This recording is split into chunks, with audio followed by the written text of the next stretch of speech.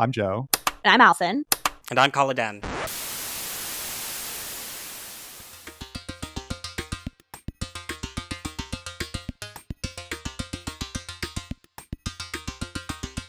Hello, hi, and how are you? Welcome back to the Referential feed. I'm your host, Dr. Khaliden Nas, and thank you so much for tuning back in. So, in the lead up to episode 4, Black Girlhood with Shannon Miller, that will be launching in the feed in a few days, I am bringing you one last tangent episode guest spot with friends of the pod, Queer Cinema Catchup. You might remember Alison and Joe from our Josie and the Pussycats retrospective. If you listen to that one, then you know you're about to listen to a very fun conversation. Alison and Joe asked me on to talk about Lady Gaga's Mayhem. So, without much further ado, I present to you Queer Cinema Catchup. Featuring me.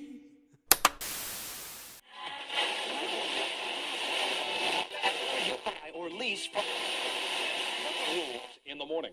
Hello, welcome to Queer Cinema Catchup. I'm Joe. And I'm Allison. And this is the podcast we talk about movies, TV, and miscellaneous topics through a queer lens. And today we are focusing on a miscellaneous topic. It is the new Lady Gaga album called Mayhem. And today we are bringing back a very special guest, Khalid from Referential podcast. How are you? Hi, I am ready to get gaga. I don't know. I was trying to do something there and it didn't really work. I am happy to be here. How about that? Yeah, we're thrilled. We're thrilled and we're so glad to be able to have you back. Oh, thank you for having me. I was really excited to have a chance to delve into music because I think we've had like discussions about what we should do again when we get back together. And I don't know, we all just, I feel like got hit by this moment. And I don't know, I'm experiencing a lot of emotions about this or a lot of thoughts. And so I'm glad to have the chance to dig into it. Yeah. And so we'll be focusing mostly on the album Mayhem, kind of going through the tracks and our thoughts on the songs and then our overall thoughts on the album overall. But before we get into that, it would be great just to hear what everyone's background is like with Lady Gaga, like how present she has been in your like musical journey and your pop culture journey. I would love to know. So do you want me to start on like the Gaga feelings or do you guys want to start? You can go for it. Okay, because I personally have a bit of like, I don't know, it's been a bit of a roller coaster of feelings with Gaga for me. I wasn't one of the people who instantly gravitated towards her and her music when she first hit the scene. It was kind of just like, it was more like, okay, there's this new woman who we're all going to be paying attention to now. And I always go with like the, what's the word? Like the not the devil's advocate, but like the contrarian, where I'm just like, I'm not even contrarian, but I was just like, I'm reticent. I don't know. If you're all telling me I need to love this person, I don't know if I do. You're looking at it askance. Exactly. I'm just like, I'm suspicious. But like, I think actually, you know what it was? I think it was art pop is when I actually started really connecting with Gaga, which I feel like is very me. When everybody started like turning away from her, I was just like, wait. Let's have a look. Now's the time. Exactly. And then I started like looking back at all of her music. And and the other thing is that I think I have a very eclectic taste in music in general, but there was like a brief period in my teenhood where I was really like engaging with popular pop music and what it was doing and thinking about it like really intently.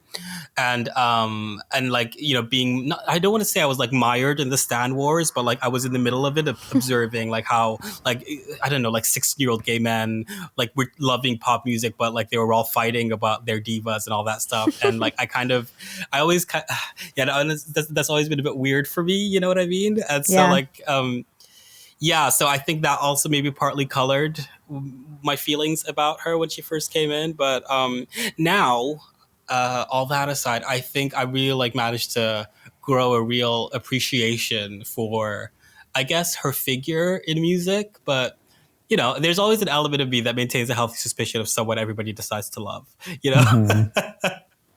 How about you guys? I think that's a good perspective to have, you know, not just to embrace the mainstream or whatever it might be. And I find like, I don't know, I think for me, like, I feel like Lady Gaga kind of is positioned in a way where she is sort of pop mainstream, but then the way we talk about her, or the way she's like used her public persona to kind of suggest difference or standing out. Like I'm thinking about the meat dress. Do you know what I'm talking about? From the red carpet, and just these moments where she's kind of stirring the pot or being an activist or however you want to just define that. Like that's kind of how I knew of her, like in the pop culture space. And because I was never very musical growing up, and I would like, you know, I went back to looked at all of her old albums to just like look through all the songs and see which ones I actually know, because I think this might be the first album I've listened to all the way through, which is kind of shameful fact to admit, or like sat down and consciously been like, I'm going to listen to the Lady Gaga album. Like I've never done that before. And yeah, the first albums, like I know many of the songs from those ones. And I think because they were just so in the zeitgeist and I was at the right age, like in high school and college. But then the newer albums, like Art Pop onward, I only know a few songs from it. And I just feel like, I don't know. It's like I feel like I know more about Lady Gaga, like as she's been in the news or in pop culture than I do about her as a musician. So that's what I'll say for now, because I feel like maybe some of my thoughts are now influenced by what I heard in Mayhem. So you're coming from a very casual consumer perspective of Lady Gaga. Like I know about her what everybody knows about her, which I think is kind of like that's a good perspective to have, I think, in the mix. I think so. Maybe in like hyper aware of like what she's been presenting to us kind of in her public persona. Like I'm thinking too of like her Oscar campaign and the story she kept repeating for Born This Way, or for A Star Is Born with Bradley Cooper, and the suggestion that they were dating. Like I was just I forget what the story was, but she kept repeating it on the Oscar. There are 99 people in the room, but you only get one to believe in you. Exactly. So I've just been kind of aware of the narrative, and I didn't have like a negative opinion. I just was like that's kind of where I'm coming from. Yeah. What about you, Joe? Yeah.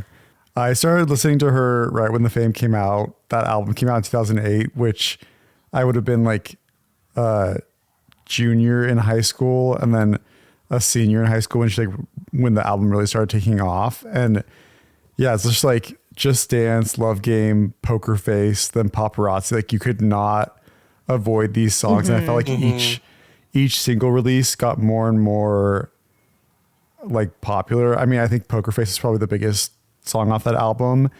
There was something to Gaga though, where like you couldn't, at that time when she was first releasing music, she was very much like a chameleon, and you couldn't really, like the personality of Gaga was really hard to lock down. And she just was so, and I mean this in a positive way, she was just like such a weird pop star.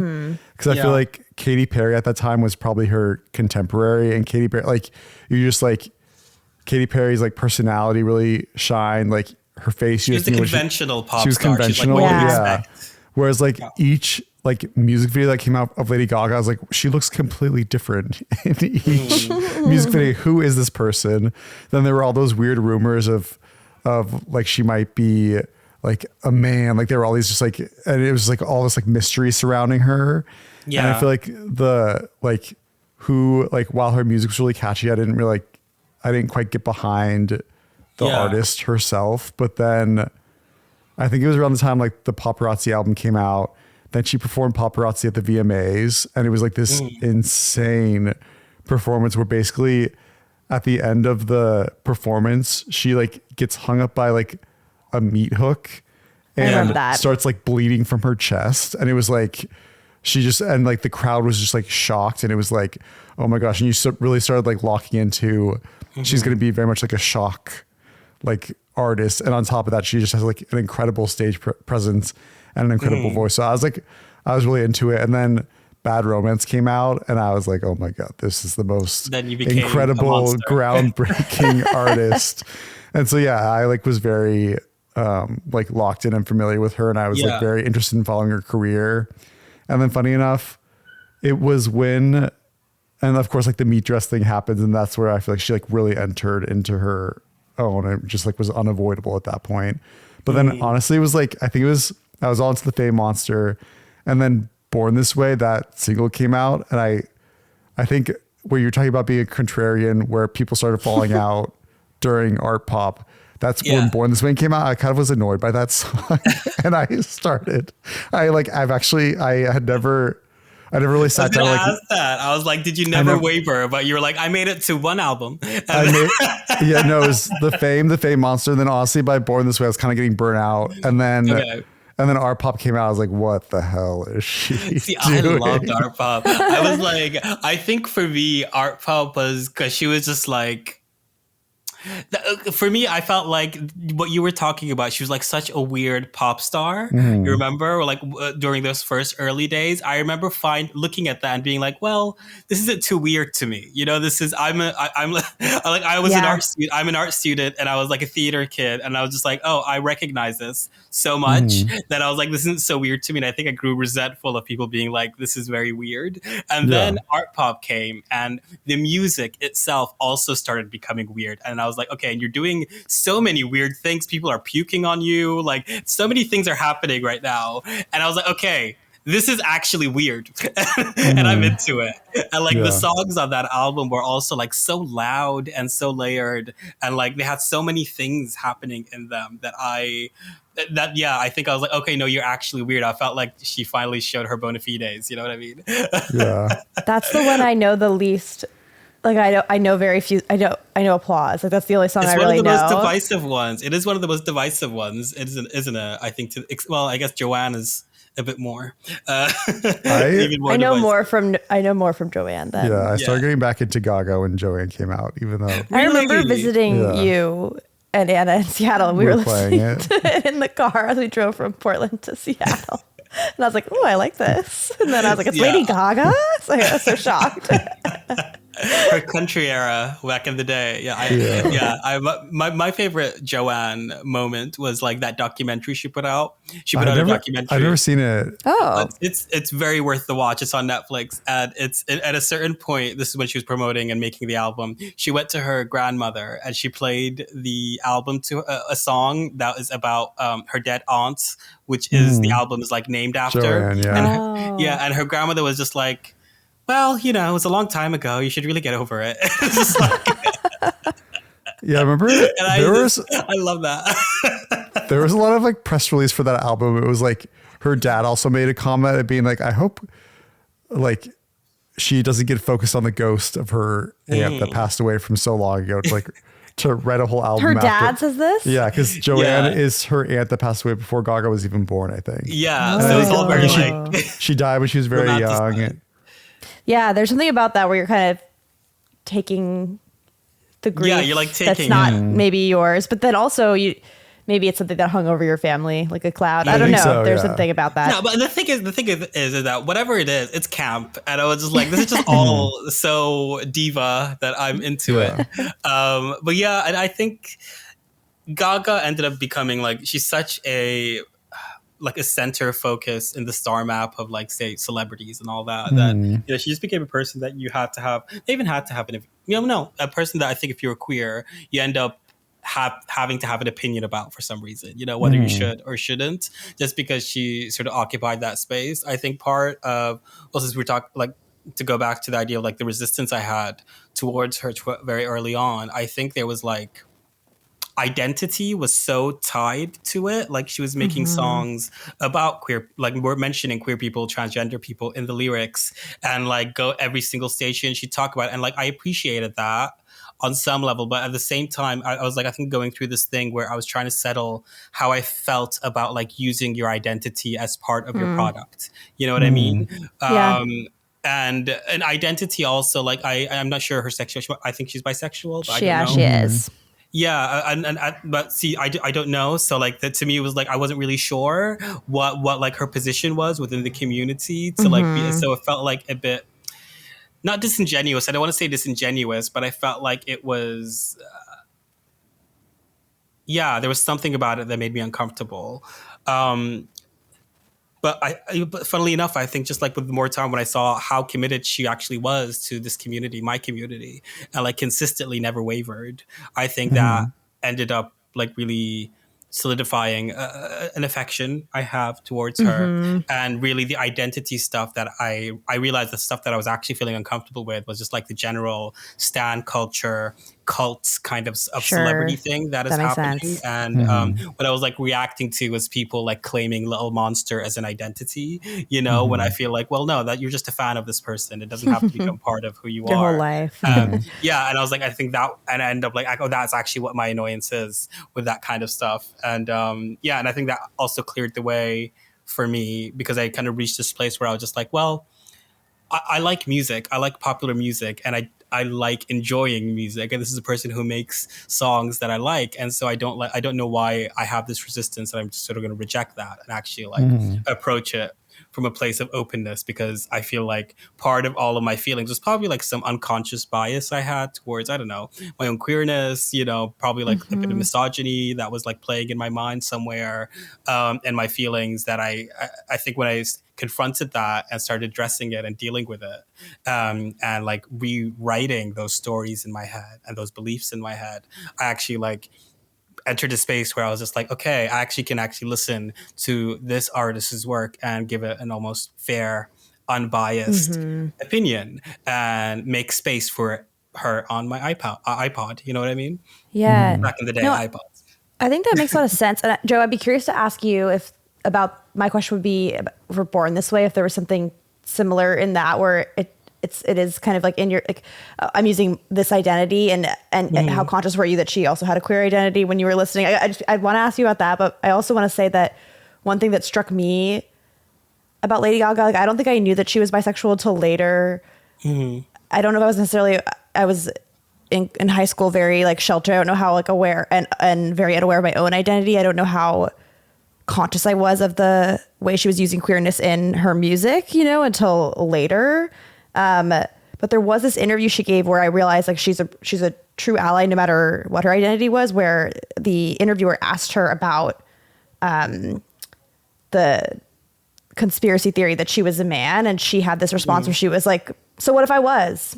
Doesn't matter. You know, she just had this like and it was, you know, I don't know when this was, but maybe 10 years ago. And she just kind of highlighted like it wouldn't matter. Yeah. And the fact that people think this is some big terrible thing says more about them than it does about me. And I thought that was really impressive. And after that, I felt like no matter what my feelings are on her music or like my lack of knowledge about her, I like her. Like that's a really you know, impressive answer to me. But yeah, I would be curious to hear about your reaction to Born This Way, and if there was anything in there. Yeah, so it's so funny, Carl, that you mentioned that, like the authenticity of her connecting to queerness, like how authentic it is, and then Allison, for you to connect to maybe why I dropped out at Born This Way. And I'm like trying to look up the lyrics, but I just remember I heard that song, and it was like I remember the words Chola descent or Orient. And, I was like, no matter gay, straight, or bi, like the lyrics were so on the nose, and it's like I'm gonna list out every single like group that I could possibly think of. I'm going to the glossary. And I was like, why? I was like, pick one and focus on it. Like, don't do this like cheap blanket umbrella of like every group possible in your song. So that's what like rubbed me the wrong way. But it was like still, it was catchy. But that kind of like turned me off from it, because where I thought of Gaga as like this like mysterious like dark pop singer, like all of a sudden it just like, it felt kind of like fake when she did or like that, performative. Performative. And call it too, you were talking about like your theater background, and I love theatrics. I love the theater. I was not necessarily a theater kid, but I think that Lady Gaga was like, her background is, before she got into music, when she got into music, she was very much is a theater kid. Yeah. And I think that made me love her more, by the way. I think eventually I was like, oh. Yeah. And I think like present day Gaga, she like much more embraces like the theater camp element of it. Yeah. And she doesn't hide that she's like, I want an Oscar. Yeah. I want exactly. to be known by everybody. It's like, okay. And so I look. Yes, that's good. And so even with my resistance, like that Born This Way song initially, like I look back and listen to that songs from that album, and I like love it much more in hindsight. And even at the time, like there were other songs like You and I and The Edge of Glory. Like I loved those songs when they came out. Same. When I heard those songs, even like whatever my feelings were, I remember I still would do the thing. I would always do this. I still do this to this day. When there's like a pop not even pop, when there's new releases, I just go through the releases. I would listen to the full albums. And I used to do that back then. And I listened to Born This Way. I was like, Speechless, You and I, great songs. I will add those no matter whatever I feel about this woman, because those were just great songs that she did. The theatrics. Funnily enough, while you're talking about that, you reminded me that wasn't like her first Tony Bennett duet album after Born This Way or something like that. So I remember, I think that was part of my affection for her. I was just like, oh, you're a theater kid. You like a good, you're a jazzy gal. Great. Yeah. So I was like, oh, we share some DNA, I think, in there. And the more she did the theater stuff, the more, I gained affection for her. I can't wait for her to do Broadway or write like a Broadway. Yeah. I'm surprised she hasn't. Something came out. I don't know how much she's committed to it, but she says she wants to write her own Broadway musical. And I think not like a jukebox musical, not with her music, but like write it. Yeah, like a original. Yeah. Like she Cyndi Lauper did with Kinky Boots. Yeah, which I still haven't seen. I need to see that. But she did an actor on actor thing with Lin-Manuel Miranda, and they said they were going to talk afterwards. That was years ago, though. Well, she definitely should. I mean, something that I feel like we're all waiting on. Okay, wait. So we've talked about like our feelings about Gaga back then. Where are we today? Like before we talk about our actual general album ideas, before the album came out, what is your opinion or feelings about like where Gaga was, post Joker 2, pre Mayhem, before the album dropped, before we got Abracadabra? Where were you on the Gaga? I was back on Gaga. I was when Chromatica came out. You just love Joker 2? No, sorry. That was a short, dark moment in her filmography that in the end I don't think will affect her that much. You didn't play the album? No. Actually, you know what though? I love Harlequin, that album that she came out, the companion album that came out with it. There's this song on there that When the Saints. No, not that one. No. Can I just say the fact that she like the album starts with that, I was just like, this crazy bitch. Like what? What are you doing? Her companion album though isn't like, it doesn't have like it doesn't have those songs. I think it's like original. No, the Harlequin album has like a bunch of covers. Am I wrong? There's like 2 original songs in it. I'm looking it up. Because it starts with like Good Morning. Happy Days Are Here Again, and God knows what is. I think you're right. Well, she has this song called Happy Mistake, and she performed it on the Kimmel show, and I like didn't catch it until like I honestly didn't listen to it until a month ago, and I loved that performance so much. And there's a lyric in there about something about like looking into a mirror and it being split and like how you see yourself. And then so when I saw the Mayhem cover and it's her, but then there's like a cracked mirror beside her, I thought it was like a really interesting choice for a cover. I think could speak to how she feels about herself as like Stefani Germanato, is that you say her last name? And Lady Gaga, the performer, just like and then just like all the different eras she's had. But yeah, you're like fully back on. You're like into it. Before Mayhem came out, I was really excited for it. How about you both? I guess like I first of all didn't realize this album was coming out. Like when we were watching when did that commercial play with the Super Bowl? At the Grammys. Abracadabra. Abracadabra played, and it was music video, but also a credit card ad. Yeah, and so I didn't realize this was tied to an album release. I also didn't realize that the duet that ends. Smile. I did not realize that was part of it. It was very obvious. It was like an album promotion. It wasn't originally part of the album. Die with a Smile wasn't supposed to be. It was supposed to be like a one-off single. It was added later. Okay. Well, I just didn't realize one was coming, which I don't know if that would have shifted my level of excitement. But yeah, I guess like. Though I did say maybe like 6 minutes ago that I like that she's now more out in the open about being someone who, like a theater kid, someone who wanted to be in movies, somebody who wanted to win an Oscar, someone who wanted to win all the awards and be kind of beloved or however you want to describe it. I did find like that the Oscar campaign for A Star Is Born to be kind of grating. And I also I never saw Joker. Like I was annoyed by that film, and so I was kind of like, I'm glad that she's doing what she loves and it's working out, but I don't know. I think so. Long story short, You hate I didn't know Gaga. this was coming, but when I found out it was coming, I was happy. When you and I found out it was coming a week ago when you suggested we Why would you do Gaga review it. I was album? like, what do you mean? There's a new Lady Gaga album, but I was happy because I just feel like this is the place where she truly shines. And I was like, oh, good. I want to hear some more music. I want to hear some hits. And I'm sure I will. I feel like you are the people's voice here. I feel like you are the perspective of like the world, and we are like the two gay guys who are way into way into it. I think You're it's just good. like, The Gaga lore. yeah, the rest of the world was just like, oh, okay. There's an album, but I without giving too much of a preview of my opinion, like I actually really enjoyed it. So I feel like I didn't know it was coming. I didn't have a negative opinion, but I was kind of like, oh man, some of this movie stuff that Lady Gaga's doing, I don't know about that. And then I completely disagree. happy. Maybe because now I'm more of a fan. I fully was into the manic Oscar campaigning for like going back to the House of Gucci. I was like every single time a meme came out where she was, anything she said, I was like, great, love it. Just more of this. Just put her in a round table. Let her talk about being drunk on fake wine. I just adore this. I did like the House of Gucci stuff. Like I liked the promo, and I thought the movie. I actually enjoyed the movie. Father, Son, and House of Gucci. Yes, I could have watched that over and over again. So that was a high point. And then just because of the Joker and my negative feelings toward that, I was annoyed again. Well, yeah. So for me, basically, like Gaga, I've decided to just accept her as modern Cher, and then I've been having fun since. You know what I mean? So I've been like, way to look at it.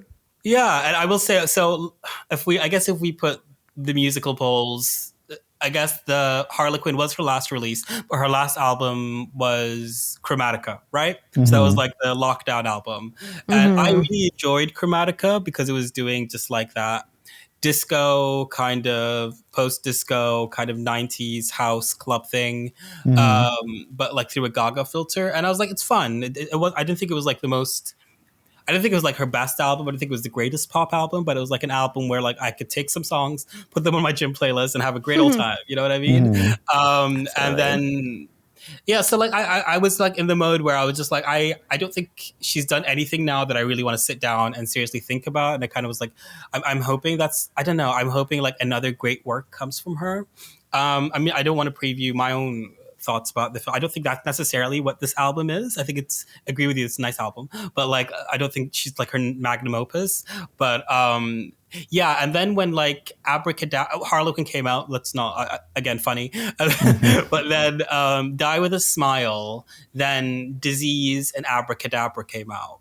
And I was like, okay, so Die with a Smile, like you saying, is not part of the album. Initially wasn't meant to be, then became added on because it was like a #1 hit globally. I was like, all right, fine. Then Disease and Abracadabra just sounded so much like songs from Born This Way. Not even Born This Way, songs from like the Fame Monster. Yes, I agree. Middle Born This Way. And I was just like, oh, I don't want to say I was concerned. Maybe I was a bit concerned. I was just like, I just feel like, is she just doing what she's done before because it worked, and she's just kind of just like feeding the base, and it's fine. And I wasn't sure how I felt about that. And yeah, I'm still not sure if I've like settled on my feelings about that as it extends throughout the album, but I was basically like entering it cautious, not pessimistic, but like cautious, ready to enjoy myself, but also ready to like not think of it as the most revolutionary work, but ready to like have fun. You know what I mean? Okay. So I guess that's where I was with Gaga, where I was just like, I just want you to do something that is fun and makes you happy. And if this is it, then sure. But I would have liked if we saw, the next chapter rather than like a revisit.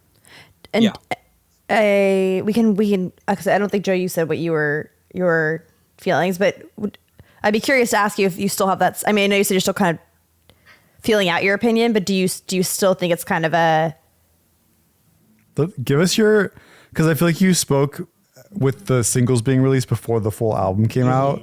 Can we let's just hear it? What is your thoughts now, having listened to all of Mayhem? Do you still all of the mayhem? All the mayhem. I really enjoyed every single time I've listened to it. I had fun with it. I think that it is a very backward looking album. I think it's kind of safe for her in a way. I don't know whether, and I think that's fine. You know, I just like, I think in general, like you mentioned early on in the conversation, Joe, about how like the thing that you most associated with her was that she was chameleonic. Every time you see her, she'd look different. And I think even throughout those first three albums, I wouldn't say that the sound was different, but like the sound would change and evolve and include other things. And I think with this album, it more so, it was doing a lot of different things, but it was doing a lot of different things that she's done before. And I felt like there was a bit of an energy where it was like, well, let's just like play the classics. You know what I mean? Which is fine. Which is fine. But it just sort of makes me, honestly, it kind of makes me feel like we are about to go through an era of pop music where everything probably sounds like 2009, because I feel like, oh, this is evidence of how, I just did a tweet about this or a post or whatever. I was saying, I think that Lady Gaga's Mayhem's look back is kind of evidence of the weird fetishistic kind of impulse of American media right now to look back at like the Obama era and how much they liked that culture and what that culture was saying it was rather than what it was. And I think, I'm overthinking it, but like, I think that's probably like somewhere in the mix that we're all like very much looking back. And it just makes me think about like, oh, I wonder what like the next step is, because we're just looking back. It's not anything new. So I wonder what the new will be. You know what I mean? That's where I go with it. But like on the album itself and the music itself, I really enjoy it. I enjoy a lot of the things that it's doing. I had a good time. Well, I think it's interesting because I really enjoyed it because it's just all the songs, were really fun. And I was just kind of jamming along to each. And I definitely have songs I like better, I think are more interesting. But the way it seems to have been kind of marketed is that it is I don't know if you guys saw the quote, the reinventing the nachos quote. Yeah, they're my nachos. Yeah, and I agree with that when she said that she was just like, they're my nachos. Joe looked so confused. He was like, Mayhem and nachos and Gaga. I never thought here's a three together. The latest internet thing is people are saying, like she stole her nachos and reheated them. Like, you know what I mean? So, and I'm just like, she just like stole her old nachos and reheated them, but the nachos still taste good. You know what I mean? Does that make any sense? She said, so much of what I did with Abracadabra was about claiming music and imagery that's my own invention, meaning the combination of those things is my own invention. And I wanted to really own that for myself. As a woman in music, we're often told that someone else made us who we are, or somehow it didn't come from us and that we were made that way. But this is who I am. I think it's and then later she described her album as, I think it's mayhem, having a hard part of yourself and a soft part of yourself, and having those things be at war with each other after all the time, and the resilience to keep going, dancing through that. So I guess like there's this idea that it is kind of a reclamation of her past sound and her incorporating the musical influences that she has in a more overt way. But then there's also this kind of like sense that it's a reflection on her identity as a musician and her identity as a public persona. So I think there is something that maybe is like new in it, but that is just how it's kind of marketed. Like, I don't know if I know enough about music to say. And there's also been a lot of marketing about how now she's quote unquote happy that she's in this new relationship, or they're engaged now, and how that is a component to this too, where she used to, there's like an idea they're supposed to glamorize suffering through her art, and that's not what she's doing anymore. And she's in a much better place. And the artifice that you used to see, or the chameleon-like persona that she was presenting to the world, while authentic at the time, might have actually been really damaging to her as a person, and that now she's coming from it from a different place. Of course, this is all the marketing and like the interviews I found and stuff. So you can say something about an artist can say something about an album, whether or not it's true. I guess that's up to us. But not being a more casual fan, like I can't say, I certainly saw like internal conflict or like a dark side of the persona being explored in the music, but I can't say if that makes it different or artistically stand out. I don't know, but anyway, just throw that out there. Yeah, I thought that Mayhem especially like Disease and Abracadabra reminded me specifically of like the Fame Monster era. And it's like where it's like very much like this, you know, dark pop, really intense, like high energy, high concepts, music videos, and like Repetition of instrumentation, words, repetition like of that words, kind of robotic harmony in the background. Yeah, it's very that. and I personally don't mind it, and I feel like I like wouldn't like discredit for her for like tapping into what made her into like a superstar, and I feel like it's like not, I wouldn't like discredit her for it, especially because I think that it's like, I feel like not a lot of artists have that luxury to be able to like return to what made them so successful and then still like make successful music from it. Like I feel like, I think Abracadabra, I think Disease not so much, but Abracadabra like performed like pretty well. And it at least has been like a trending song on like across like social media. So it's like really tapped into like, you know, like Gen Z, I think is like really into that song. So I like wouldn't discredit it. And then I'd also like say, I mean, she's 38 years old, and it's like how often does she need, like, is it required for a pop artist to like reinvent themselves on every album? Wait, and I would say, I'd argue no. And then I was gonna be like, and again, I'm like saying like 38, she's 38. Like who at that age is like reinventing themselves? But then I guess Madonna was very truly like reinvented herself, and probably around the same time and same age comparatively, I think is when Madonna came out with that album, the very like spiritual album, Ray of Light. I think it's Ray of Light. I think she was around that age, and that like spun, like that's where like she found like even more new fans, because she like like really changed her image, changed her like style of music and singing. So it's definitely been done before.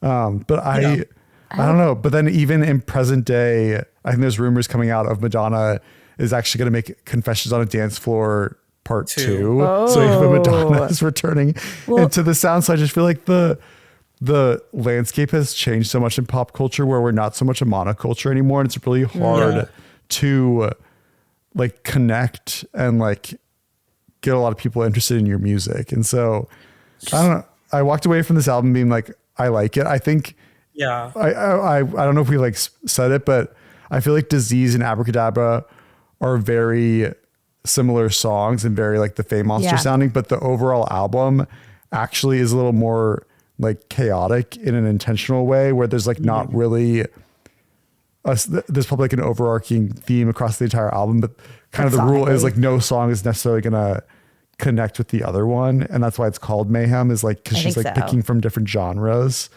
And even like pulling like David Bowie, like 70s influence. That's what they should reference. So I just feel like she's having a lot of like fun, and I can't take credit for this thought, but I was like reading on Reddit, people were giving their feedback on the album, and they were saying that like her previous albums were linked to a lot of like trauma, sadness, and heartbreak. And even like Chromatica, like she has a song called like not having fun tonight or something about that, like just like being like very like kind of depressed and sad. And like Joanne also about her, Joanne is kind of her a sad dead aunt. It's like, so it's just like fun hearing her being like strange and zany and loud again. So I appreciate it for that.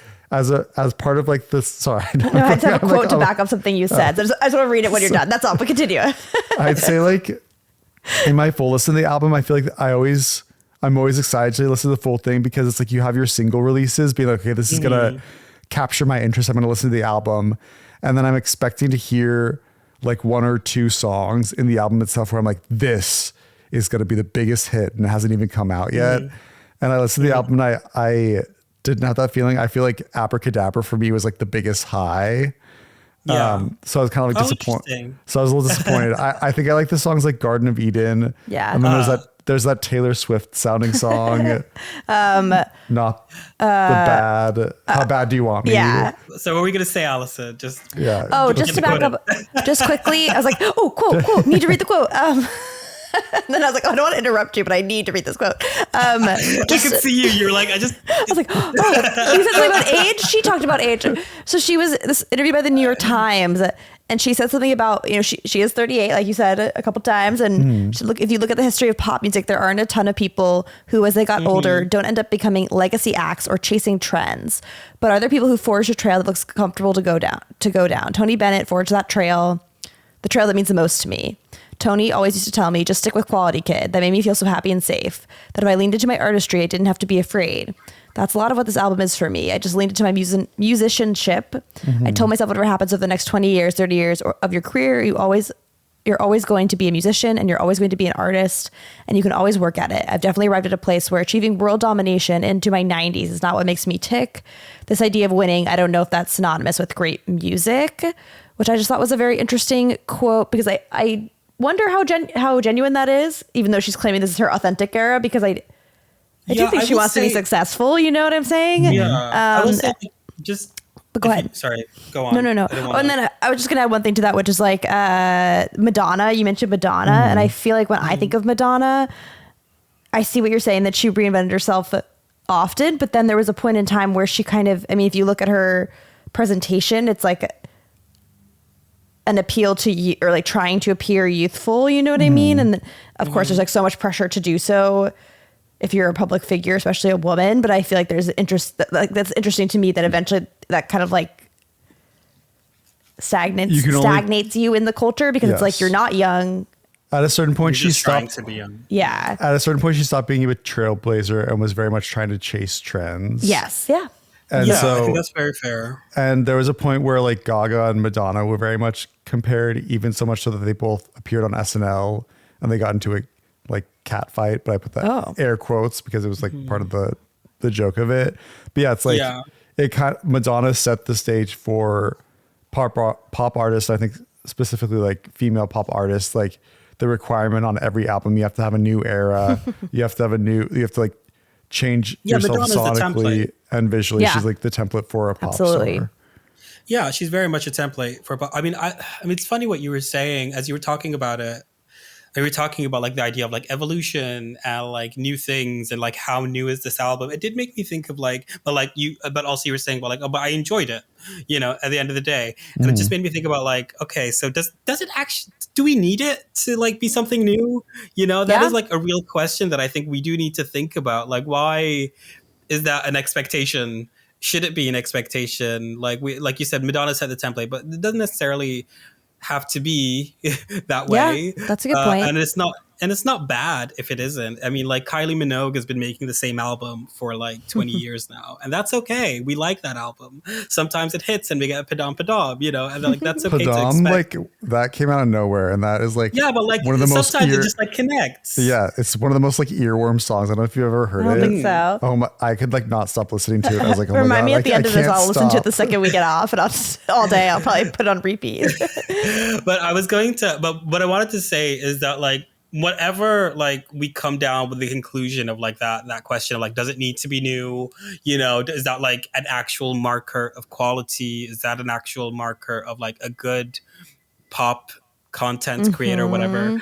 But then like whatever we will sort of come to a conclusion about that. What we can say is that I think a big thing on this album is that there's an anxiety over that idea of success that I think links to the quote that Allison brought in. She is anxious about that. And you could see like this bringing in of old sounds as being like, yes, it's a reclamation, but also that is when she was the most successful, Right. And she has been going through a downturn career-wise musically for a second. And like, and like, I don't necessarily judge that too harshly. Like she went back to what worked, and that's okay because we liked what works. And I think the idea that an artist has like a foundational base that they return to is something that I think is respectable. And like something that makes sense. And I also kind of want to connect it to, I forget which one of you said this, but like the nichification of music and how like music is becoming so fragmented and how all these artists are kind of like responding to it by just like catering to the fan base. I'll make music for you, I'll make the music, the idea of like making the music that you always make, the sound that you've like crafted, and like that is okay. So, I think yeah, like I was saying, whatever we come down to, there is like this anxiety about success that you can hear throughout the songs. I think, and like this sort of tension about like how commercial is it going to be? How Gaga is it going to be? Does Gaga need to do something new? Does Gaga need to just be Gaga? Do we all need this to sound like a dark pop Halloween pop song or not? And is that okay? You know, I think that those are things that you can almost hear through the songs, and that adds an interesting layer to it. I think a lot of, and even we did it here. We were comparing it to the Fame Monster and Born This Way. But I feel like probably the most apt comparison to this album is art pop, really. Not just for like the loudness of it. And I don't even mean like thematically, but like that kind of anxiety about her position as a pop star and the work that she's doing. And does she want to still do it? Does she feel like she owns it? She owns the style or not, I think. And like in art pop, she was kind of like, I'm going to do a bunch of different things. So to show you I could do more. Yeah. And I feel like with this album, it's more like, no, I'm going to do the thing that you first met me doing. And I'm going to show you why I'm the best to do it. And I think that's also mixed. And I feel like it's funny. It's like almost a parallel situation going on there. Yeah, just like food for thought for people to think about. Maybe art pop is the most apt comparison. Maybe it's what is it? That's its innie.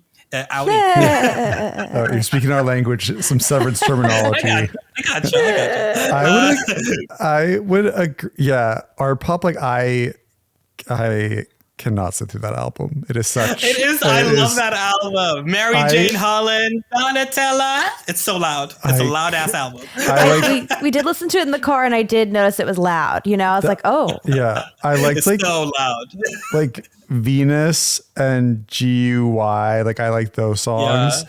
Then Allison, we were playing in the car, and Jules and Drugs popped up. And it's There like are this, some awful songs. It's in like that album. this hip hop trap song, and I was like, what the hell is going on? Like it just was like demented Nelly Furtado. It's like it's awful. Wait, you literally, that is exactly what it is. That's what it is. It's a demented Nelly Furtado. That's I just watched that is you like the perfect description. I listened to that album. Gosh. Don't worry, that's not on my track list for the album. With all these things, I make my own track list, so it's fine. Yeah, but then like I said, like one of my favorites. So to compare like Mayhem to art pop, I definitely see that there. But I feel like there's, and Allison, you were speaking to that quote that Gaga gave about like wanting to make quality music, and I do feel like while there is a lot of similarity to art pop, I feel like there's much more like confidence, which I know kind of is the opposite word, because Khalid said like there was a little bit of anxiety coming out in Mayhem, but I felt anxiety doesn't have to be like unconfident. I think that like the confidence comes out of like maybe thinking a lot about that anxiety. Sorry for interrupting. Go on. No. I didn't like catch as much anxiety listening to this album, but I really just felt that I felt like there was a lot of quality in like the production of the album, and like a lot of thought that went into each song, and I like really felt a confidence in her voice. And so I liked it for that merit. And then one of my favorite songs on the album, Garden of Eden, I feel like, and that song, there's like this line where she like, I'll take you to the Garden of Eden. And that sounds like, that is like art pop. Like that's undeniable. Like, there's a lot of moments. The Nelly Furtado, the demented Nelly Furtado. The Nelly Furtadification of Gaga. I really like it. And so, it's interesting. Just while we're on that, we compared it to art pop, but let's also, I think let's show this. Maybe this is a question for you, Joe. How would you compare it to Chromatica? That's tough. Because I feel like when Chromatica first came out, that like I felt like the fan base was like, this is a return. Like finally, Gaga's returning back to pop music. But then Mayhem came out, and I was like reading people off Reddit. People were being like, I think I already mentioned it before. Yeah, she's coming back. Mayhem is confident Gaga. Chromatica, she was so depressed and sad. I was like, what? I feel like that wasn't. I mean, also I love a good depressed dance song though. Yeah. Like, so same. But I really liked. I feel like Chromatica had some great like Stupid Love and Rain on Me were like some big hits. But I felt like cohesively, like the whole album itself, I didn't like listen to beginning. I have no urge to like listen to it from beginning to end, where as like Mayhem, I feel like there's some good like songs sprinkled consistently throughout the album. But yeah, I'm kind of scratching my head at that question. Like because I'd be curious to hear what your thoughts are. Like, how would you compare Chromatica to Mayhem? I mean, I feel like, I don't know. Chromatica always felt, I don't know if it's because the pandemic really affected that album, because it just felt disjointed as like a release.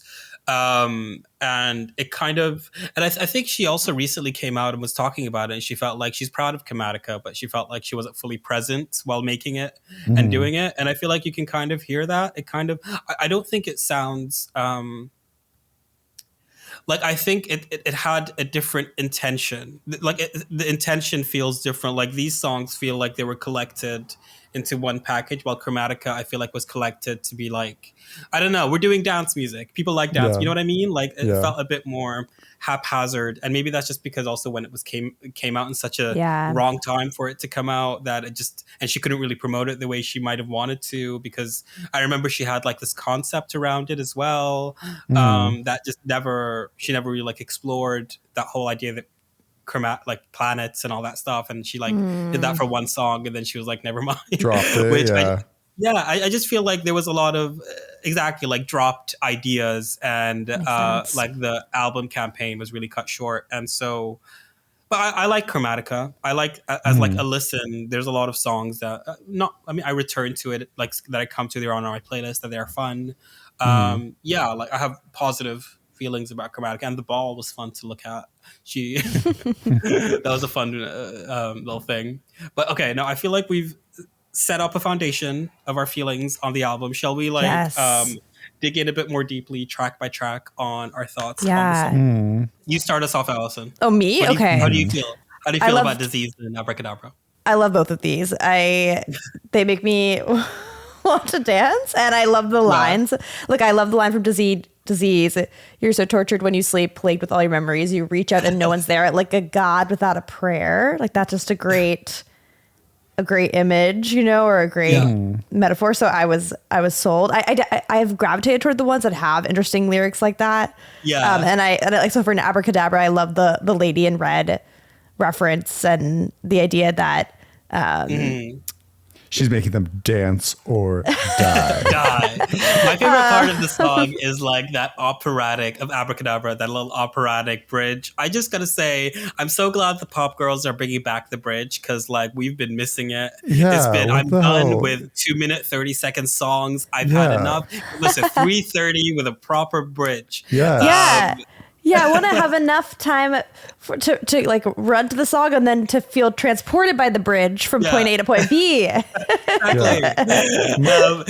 I think this, like, they're very solid songs. Out of the two, Abracadabra, I think, is what made me more excited for the album than Disease. Disease, I for some reason I don't love Disease. I like it well enough, but like I like Abracadabra. I especially love the production of it. I think there's just like so many different weird things happening. Like at certain points, they like add a filter to her voice to make it sound like a radio kind of thing underneath, and then you hear like these robotic background vocals, and then there's like, I really like this song. I also love, like I said, the bridge of the song is one of my favorite parts, especially the way like when you're listening on headphones, it pings from ear to ear. I love that bit.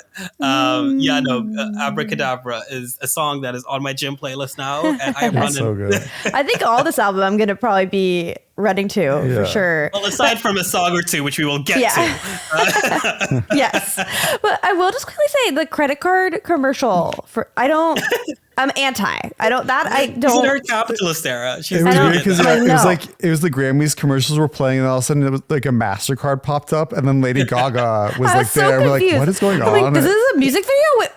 Was it an ad? And Joe was like, it's both. And we all just kind of like sat there quietly, be like, oh, I guess we're watching the whole thing. I just wish it was being presented. I just wish it was being presented by Nurtec,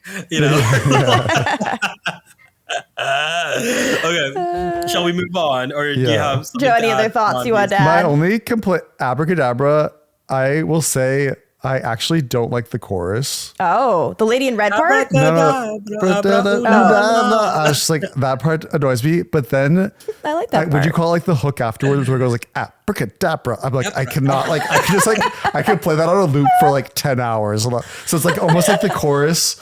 Like I don't like it itself, but I'm like excited because like I know the hook is coming, and I'm like I cannot wait for that hook. All right, moving on. Moving on. Okay, Joe, you started us off on this one, Garden of Eden. Garden your of favorite. Eden, I love it. Yeah, like I said, like the Why? how it just kind of has, I guess it has that weird like speak talk that she Yeah. does that we've now described as like a Nelly Furtado type of sound, and I really like it. How about you guys? I agree. Like I feel like the part you referenced earlier, which I can't. I'll take you to Yes. the Garden of Eden. Like that really tickles my brain in the right way, Yeah. and I also like the lyrics in this one too. So I wrote down all the track lists and all the tracks, and then I bolded the ones I like, and this is one of my bolded ones. And then I'm pro. So yeah, so for me, like, so listening, another thing I've not mentioned, listening to this album, I felt like a lot of songs I could really hear the reference of like the other songs that like inspired it, and I I enjoy that in general when I listen to music, but I really noticed it in this album. I was like, oh, this part reminds me of this song, and so this song really reminded me of Peaches. I don't know if you know, like the kind of rapper, The artist like, Peaches. Yeah, Peaches. Yes, like, I love Peaches. Like it gives me Peaches for some reason. Yeah. It's like that talky part. That talky part. Like something about like also the beats. Like you want to be calling me. Right. Can you hear it? Right, like something about like that beat from the start. I was just like, yeah, no, this is giving me Peaches, and like I'm into that. I like it. Good. That's a great reference too. Yeah. I wasn't sure I would like the song because a preview came out and it was part of like the NBA, and I was just like, Yes. oh, capitalist Gaga. I didn't like that one snippet, but the rest of it, I'm in. Yeah. But Gaga's been that way for a while, because I remember when the Stupid Love music video came out, it was like filmed on an iPhone. I was like, oh, this is ridiculous. I think she's always kind of been plugged into the marketing of it. Even Bad Romance, she had like a deal with Dr. Dre's the Beats. Okay, she had that's like Beats interesting. headphones. So I think she's always been plugged into and not Always afraid hustling. to. Yeah. Well, I mean, it goes back to the fact that deep down inside, she is this theater kid that wants to succeed, and Yeah. she's not going to shy away from the fact that marketing is part of that, or product placement. I don't know. So how do we feel about Perfect Celebrity? Well, okay. Allison? In theory, I love when musicians or anyone in the pop culture sphere kind of interrogate the public persona. And so, like, I love the line, like, choke on the fame and hope it gets you high. Like, sit in the front row. Like, I love the ideas in the song, but it's kind of boring for me. Like, I like the song, and I think it's like a good, if you want to look at what this album's trying to do in interrogating herself as an artist, I think it's a good one to look to, but it wasn't my favorite song. So I'm kind of split. I think that like Disease and Abracadabra are very much like similar sounding, so like have like capture like the similar vibe for like an era. Garden of Eden, I felt like kind of like there was like a little bit of a crack in the mirror where I'm like, oh, it kind of is like breaking away from what the other two songs were. And then Perfect Celebrity becomes almost like this like pop rock song, and like really, I think is the first song to really diverge from what the other three songs were setting up. I enjoyed it though. I thought the chorus was like catchy. I was just gonna say, I played it for a friend of mine because you mentioned pop rock, and they were like, "This sounds like an Avril Lavigne song." It does. Yeah. See, my compo is like it's a bit garbagey. Like for some, I've noticed that online this seems to be like a big favorite. I think I with you, Allison. I'm like, I like it well enough, but like not really. I like it more when I read it. You know, I'm like, oh, I like these like lines. I like what it's saying, but yeah, I don't know. I don't know if I even like the lyrics that much. That's true too. I'm like, it's all right. It's all right. Yeah, it's not my favorite on the track list, but I feel like it could possibly be one of those songs that, like, in a month or two, I'll play the album and be like, oh, I actually really like this. Yeah, I can see that. Might, I hear sneak you. up on me. But okay, let's just to move on.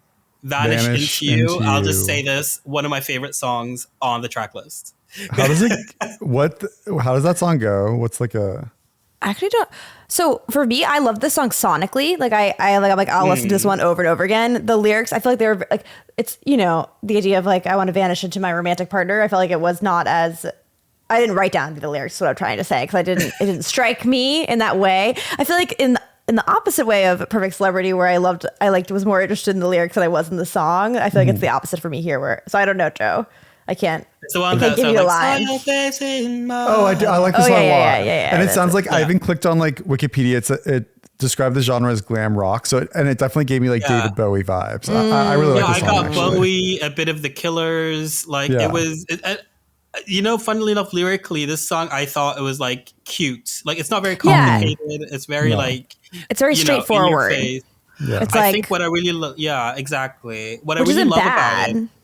It's like very simple. It's very simple. I was just going to say that I think one thing I really love about it is because, and maybe this is tied to the simplicity of lyrics, but like I think the production, the harmony, the vocal on this is really beautiful. I love like the way that they're layered. I love the way that she comes in the chorus and then goes away in the backgrounds. I think this song is probably for me on the album Gaga sounding the best, like vocally, just point blank.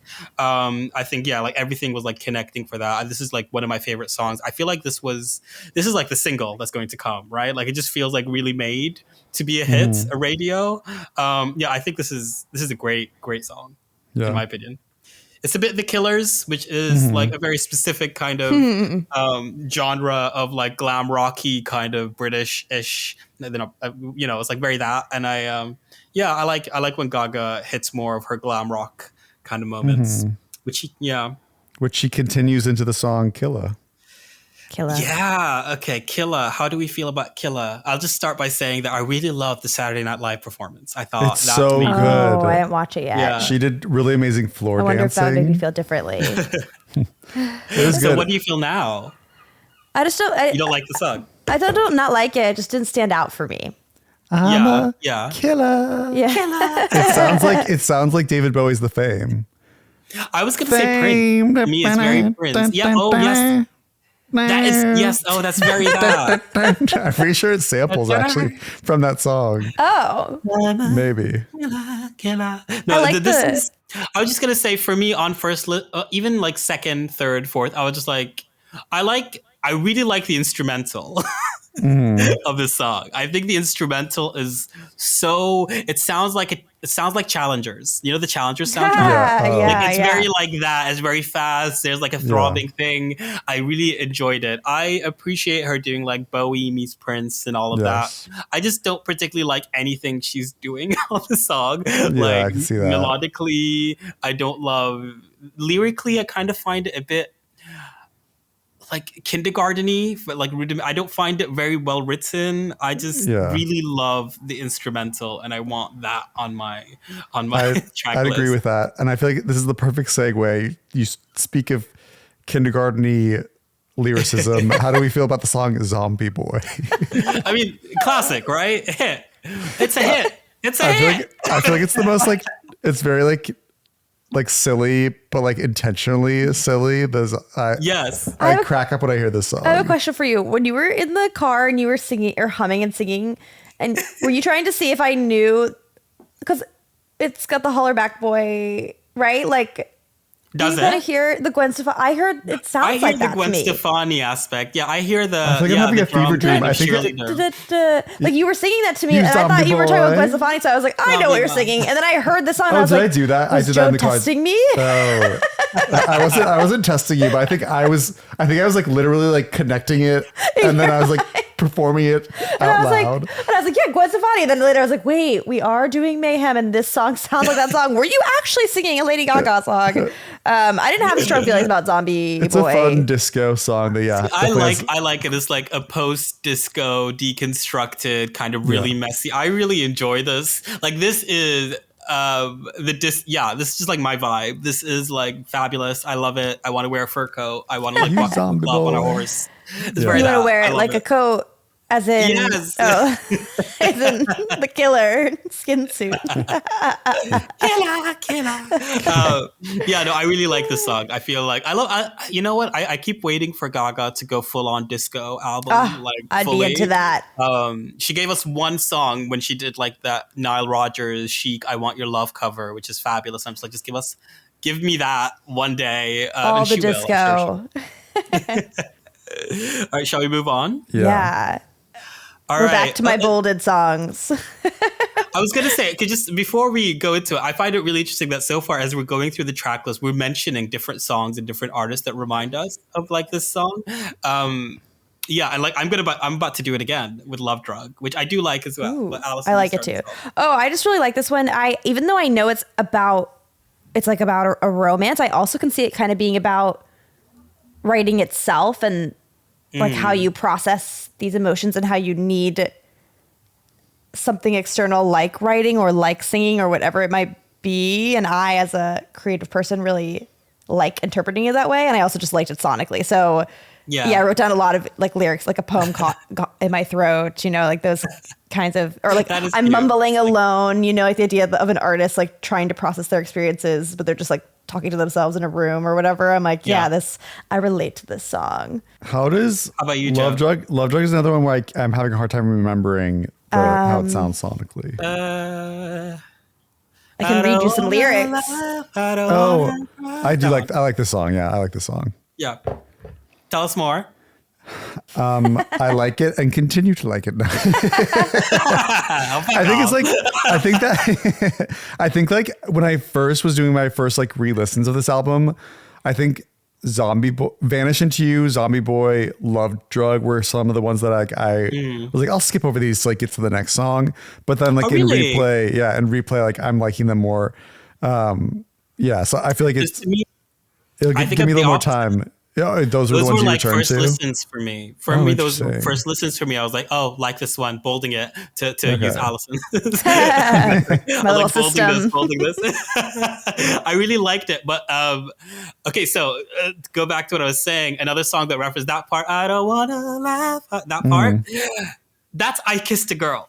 Oh, totally. Like, that is the reference. I was like, that is the reference. Wow. And it haunted me for so long. I was like, what is that what is bit? it from? And I hear it. yeah, and that like from I Kissed a Girl, like just that like, little bit. And I was like, oh wow. And that kind of started me on this idea of like, oh wow, like a lot of these songs are really like pulling references, melodic references, interpretations, and like all that stuff. And I find that to go back to this idea, I think that's why I mentioned Anxiety, maybe musical about success, because like she's pulling from like also I think not just successful stuff, but also the stuff from around that time that was also successful, you know, from that era. Like we mentioned so far the Killers, we mentioned like Katy Perry. Those were all sounds that in 2009 when the Fame Monster, that was also popular sounds on the charts. Yeah, that's a good point. Next to Poker Face. And I find that really interesting as like a mashup. It's almost, for me, this album is almost a mashup of the charts in like 2009, 2010, 2013.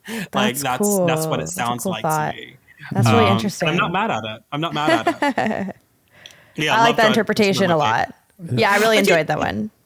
Just like keep your ear out for it. I feel like that's why I kind of went back to this idea of nostalgia and like all this weird Obama era sort of love and all that stuff, because like that's what she's pulling from, and you know I'd kind of like root that in the idea of like nostalgia for like a better time maybe for all of us in her career or whatever. Yeah.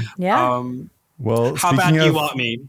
Taylor Swift. I like it. Taylor Swift, but I'm pretty sure this song samples the song Only You by Yazoo. And yes, it's the song from 1982. I like, because I was like, it sounds like Taylor Swift. It definitely has like that synth. Like I definitely like identified that. Even like the way she sings sounds like Swift-esque. Taylor. But I'm pretty sure the synth is like a sample from that song. And I love Only You. And so we're talking about like her referencing a bunch of different artists, and I think she is pulling from Katy Perry, pulling from Taylor Swift, pulling from David Bowie. There's also this like the 80s, there's a surprising like 80s influence in this album, especially like in the middle to latter half of the album. Why surprising? I don't know. I guess I never thought of Gaga as, I don't know. I wouldn't know how to, I guess the Fame has like David Bowie-esque influence Because in I always there. like placed her within the 80s for some reason musically. For me, I really associate her with that. But I always connect David Bowie to like the 70s. So I feel like Gaga is I feel like she's either present day or she's in the 1970s. So it's like surprising for me and I'm basing this off nothing, but. No, I think that's really fair. To me, I always like, I see Bowie, but I also like always associate with like Madonna, early Madonna, what she was doing. That's like very 80s and all that stuff. So like those are stuff I kind of like in my, I guess, mind map of Gaga is where I go. So yeah, but like the Only You sample, I also like clocked that when I heard it, and I was just like, okay, it made me like the song a bit more, even though I'm not really into the whole Swiftian kind of melody personally. This was like a song highlight for me off the album. Yeah, really? Did you love it? Before we even, we had already decided we were going to review this album before I listened. Because I'm a Taylor Swift fan, like I heard about this song on social media, and so I heard the song. This is the first song I heard off of the album, except for the Abracadabra, because I heard that during the Grammys. Gaga Ooh La La. And I was really into it because, it does sound like Taylor Swift, and I like Taylor Swift, but also I really like when songs are about being a psychopath. Because that's why I love the song. I just find it really funny. I'm like, okay, I love when people do this. I feel like what I interpret it as is like you as a person, like there's the idealized version of you or the version you present or you hope to be or aspire to. And then there's the real you, and like interrogating that through song and through relationships. To me, that's really interesting psychologically. So like and then it's also like a bop. So it's like, I like the song and what it's saying about the two different versions of the speaker. And I also just it's like fun to dance to. And that's why I like it. For me, I was just like, this sounds like a song from like the TV show Crazy Ex-Girlfriend. Like, I'm like, I love it. Great. I'm in. I was like, it sounds like part of that soundtrack. And I love like a song that does like, it's like a little clever kind of try. I think this writing wise, this is probably the best written song second best written song in my opinion, because like it's doing something. It's a joke. It's playing with like something. The idea of, like, it's like winking at us, and what's the best written song on the album? Have we gotten to it yet? No. Ooh. Okay. So of the last three, Joe, which one would you guess? Not counting Down with the Smile. Oh. Are you guessing? You're going to guess which one it is. I'm not going to confirm nor deny. Let's keep blasting through when we Joe get to it. doesn't want to guess. Yeah, go ahead. I'll guess Blade of Grass. I was going to say that too. I just I'm not saying nothing. The title strikes me. All right, should we go to the next song? Moving on. Don't call to. Is it? Yeah. Don't call tonight. Don't call tonight. Don't call so tonight. I love Alejandro. Which is what this is, right? It like does we're just sound doing, like Alejandro, yeah. Yeah, I enjoyed it. Like I said, I'm not mad at it. I like the song. I like the fact it's about her dad, I'm guessing. Oh, yeah, that makes a lot of sense. Wow, I wrote down the lyric, in the mirror I get weak at the girl staring back at me. They're your eyes, they're your eyes. I was like, oh, what does this mean? But that would make sense if it was a parental figure that she was thinking of. I feel like, because I think her father had like a lung cancer thing. I don't know if I read that somewhere. So I feel like something about that made me think it's about her dad. Yeah, that makes sense. And I feel like there's a lyric there about something that made me think of that. But I like the song. I feel like I don't have many thoughts about this song though, aside from like, Same.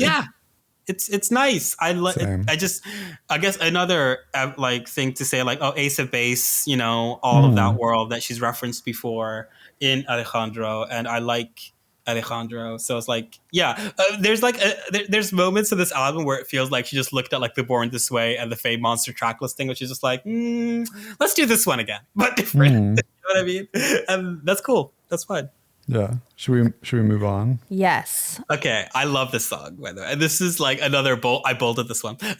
Shadow of a Man. I didn't. I said there were only three left because I didn't bold Shadow of a Man, and I think it's just because it's a lot of repetition, and I don't like a lot of repetition, I guess. Wow. Except for the times that I do. Is this your favorite? Is this your favorite, Colin? Shadow de Dado? How dare you? How dare you? How dare you?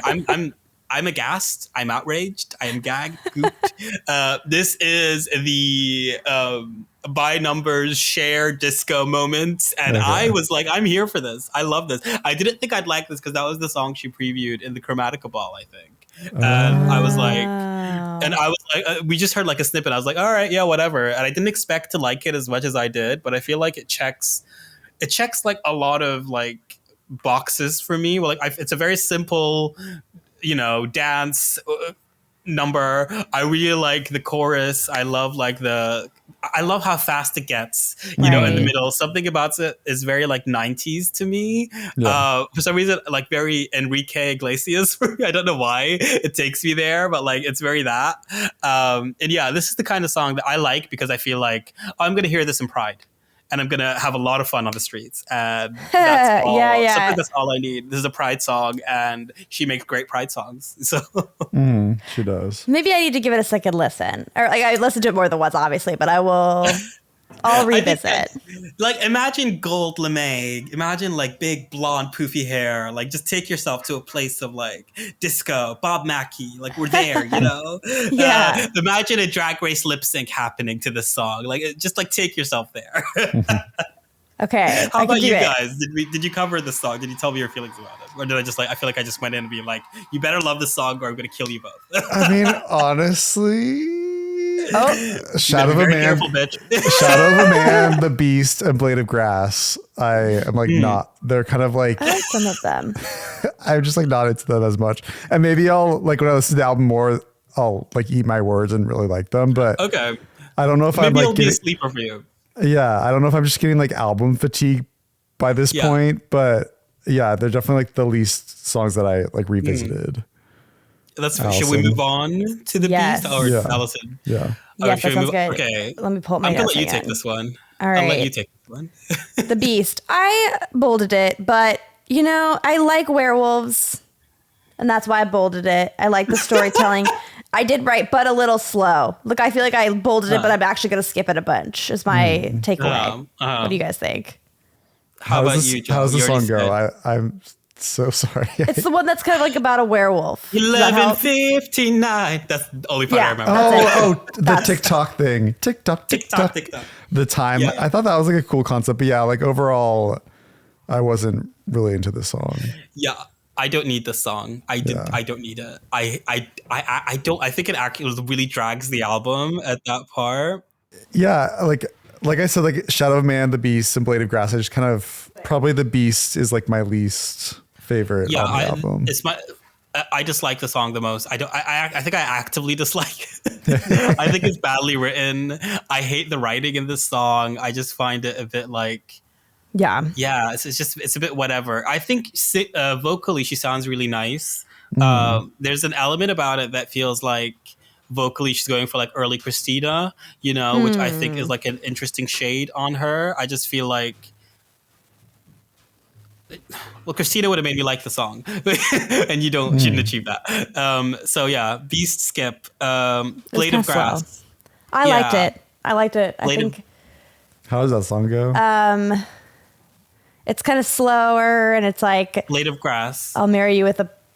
Yeah. It's like a marriage song or like an engagement song. Okay. I love this song. To me, this is the second best written song, I think, also, or maybe best written song on the album. I think lyrically, it's just really well written. I really like the idea. It feels really small and personal, but there's also something about this song, if we're going back to the idea of reference. Oh, just to go back to The Beast 1 second, that sounds also like a weird Lana Del Rey song, and I don't love that. I can see it. On Gaga. But Blade of Grass, I just find it, like, it has like this sort of Beatlesy kind, no, Elton Johnny, I think probably. Yeah, absolutely, yes. Yeah, like a slightly also like Golden Slumber kind of like sound to it in the chorus, which I think is just like really beautiful. And I don't know, like that song, like the first time I heard it, like by the second chorus, I was singing along to it. And like when you get me that, I'm like when I start singing the song, I think this is probably her best written ballad in a while. Maybe her best written ballad on like an album, because she always has one in general. From my opinion, I really like this. What she was doing with it. I really like this song. I really like that. Yeah, the chorus is really good on this song. It's just very beautiful. And wrap that blade of grass around my finger. So yeah, it's like It's a great image.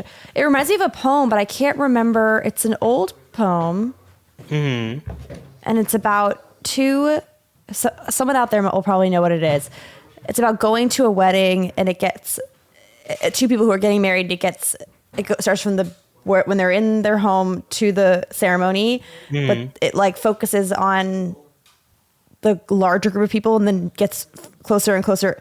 It narrows down to just being about these two people, and in the way that it's, I can't explain it, but that's what it reminds me of. It's like, this is a very universal emotion, but this is such a specific us kind of a song. And that I find very beautiful. It's like she's letting us into this probably very private thing. Cause I think I saw on the Genius webpage that her fiance may have proposed to her with a blade of grass. So it's like something very real and kind of specific, but then it's just so beautiful. Whether that's true or not, maybe that's a fake story that they're saying to make the song seem more romantic, but it worked on me. I'll say, as a ballad girly, I think I will. This is probably the song I'll listen to the most on this album, just because I think it's really pretty.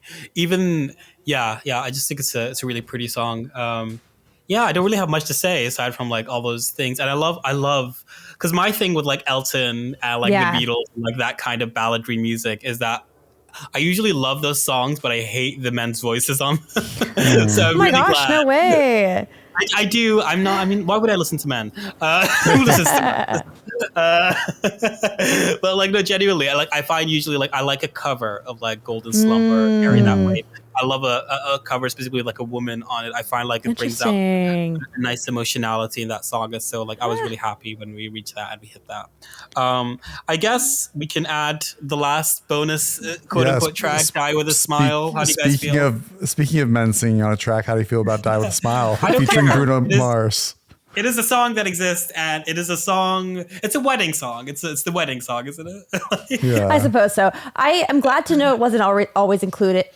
It wasn't supposed to, because I was sort of like, why add this album with a duet? So bizarre, you know? I mean, that doesn't make sense to me, but it's fine. Well, I was kind of worried. I was worried that the studio was like forcing her to like add it on. It was because when I heard Disease and Abracadabra, I was like, this Die With a Smile doesn't connect with those songs at all. But then after hearing the whole album, I'm like, actually like fits quite nicely into the album. Like works with it. I don't think it works as a closer, really. I feel like it should have been somewhere else in the track list. But I mean, also, you think the label forced her, Miss I will premiere my single via MasterCard? No, she didn't. She was just like, this will make more money if it's on the other. Don't you dare. And like hearing this song the first time, like when I saw the music video, I was like, I'm not really into this song. But then over time, it's like since grown on me. And this is kind of dark, but when the fires were happening in LA, me and my friend were evacuating. We were playing Die With a Smile. So now you have nostalgia for it. So now I have nostalgia for us escaping those dark times. Why? What is it with Gaga always being associated with some kind of trauma in our lives, right? Well, music is healing, so it makes sometimes ruining. And sometimes ruining.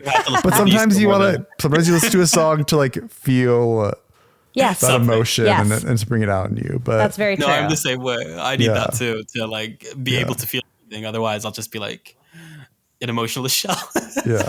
Well, speaking of, we just discussed the Lady Gaga album Mayhem, and I don't know if listeners can hear in the background as we have some air conditioning cleaning happening in the background, and there's mayhem happening in our apartment right now. And I also need to leave for work, so just like a lot going on, you know. and I feel that's an appropriate ending. So okay, let's give to close us off. Let us give a small sentence or small paragraph review of our thoughts that we want to send people off on when they're thinking about our thoughts on Mayhem. How do we feel? I feel that if you are someone who isn't, of Lady Gaga, you're aware of her because she is very much a part of our culture, but you're not someone who has heard every song and you're more of a casual listener like I am, I think you'll probably like this album because it brings the best of Gaga, the parts that you remember when you were younger, if you're someone of my age, and you heard the hits, or if you're, if you're younger than I am, then I think it would be a good kind of intro to her if you're unfamiliar. And that's my thoughts. Yeah. A pro. I think I would say it's a quality production with some definite career highlights. And it makes me confident that Gaga hasn't lost what made her so unique in the industry. And it makes me excited to see where she continues to go in her discography. That was good. What about you, Collab? Yeah, I think for me, it's a fun album. It's a great album, and I think I agree with you. It makes me excited for like what's the next move in pop music is going to be. I'm also glad that we're having, I guess, a moment of joy for queers specifically, because we all need it. So thank you, Gaga, for like giving some queers that. Thank you, Gaga. The world needs it, but also, I agree. I also think in general, let's not take any of this seriously. Have fun. You like it, you Yeah. don't, And no matter what you feel, just make sure to subscribe to our podcast and leave a 5-star rating and review, and to tell your friends, because word of mouth is how we get people to discover us. Thank you so much for joining us on another episode. 100%. Sorry, you guys go. No, that's great. This has been Queer Cinema Catchup and Referential reviewing Gaga's album Mayhem. Please subscribe, listen, comment, do whatever you do on all the social media platforms. Yes, and Collab, thank you so much for coming on. Thank you for coming back. Thank you guys for having me. Always a pleasure. Let's do it again. We've done a movie now. We've done a music thing. We have to do a TV show next, right? I think so. Yes. All right. The trifecta. We must noodle. We'll email. We'll discuss. I'll have my people speak to your people. All right, guys. Bye. Bye. Bye.